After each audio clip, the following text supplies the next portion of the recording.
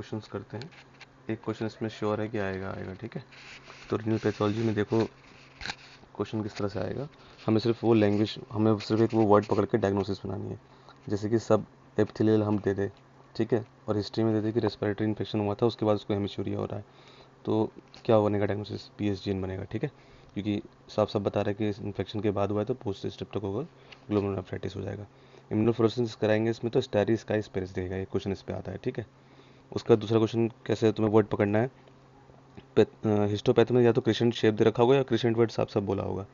तो जो crescent shape दे रखा है और हेमिचोरिया की हिस्ट्री है, जो टीमिया है, एनोरिया है, तो उसके डायग्नोसिस बनेगी आरपीजीएन बनेगी। आरपीजीएन 3 टाइप का होता है, टाइप 1, टाइप 2, टाइप 3, ठीक है। टाइप 1 में क्या होता है कि जो जीबीएम होता है ना, उसके खिलाफ एंटीबॉडी बन जाती है, तो वो जैसे कि गुड पास्चर जो है वो टाइप 1 में आएगा।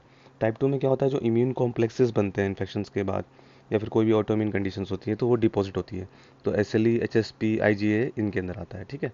उसका टाइप 3 जो है हमारा, वो वैगनर हो गया, चग स्ट्रॉस हो गया या फिर पैन हो गया। तो इसमें ये टाइप 3 जो है वो पॉजिटिव इम्यून करके पूछा जाएगा, तो टाइप 3 हो जाएगा, ठीक है।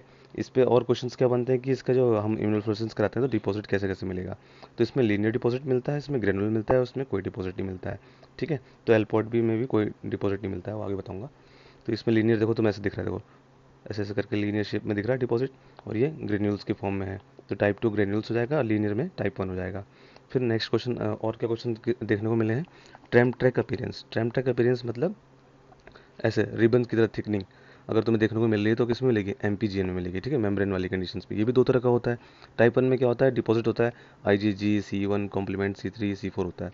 और टाइप 2 सबसे ज़्यादा पूछा गया है। टाइप 2 जो एमपीजीएन होता है उसमें सी3 का डिपॉजिट होता है और रिबन थिकनिंग पाई जाती है, इसमें ये भी पूछा गया है, ठीक है।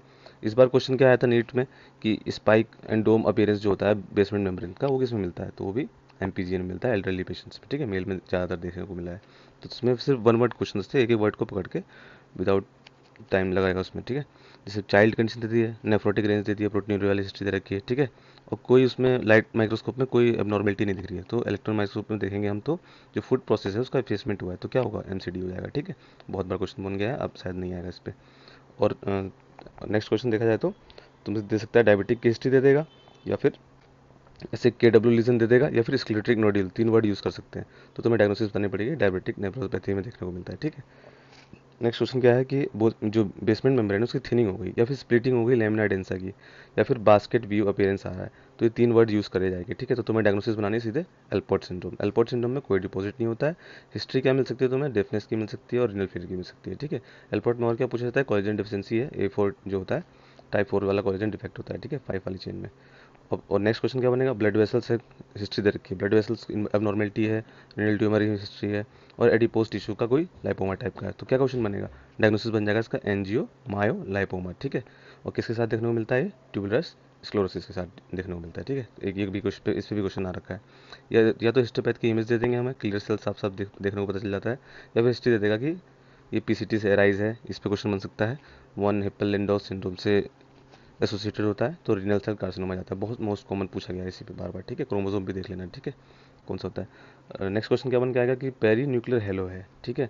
उसकी अपीयरेंस प्लांट सेल जैसी अपीयरेंस है, जैसे मतलब थिकनिंग हो गई है, और इंटरकलेटेड डिस्क कलेक्टिंग डिस्क से अराइज हो रहा है, तो क्या होगा? कौन सा वेरिएंट होगा? क्रोमोफोब वेरिएंट होगा आरसीसी का, ठीक है।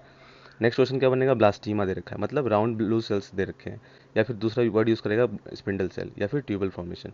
तो ये किसमें में देखने को मिलेगा? नेफ्रोब्लास्टोमा में, जो कि विल्स ट्यूमर में पाया जाता है, ठीक है।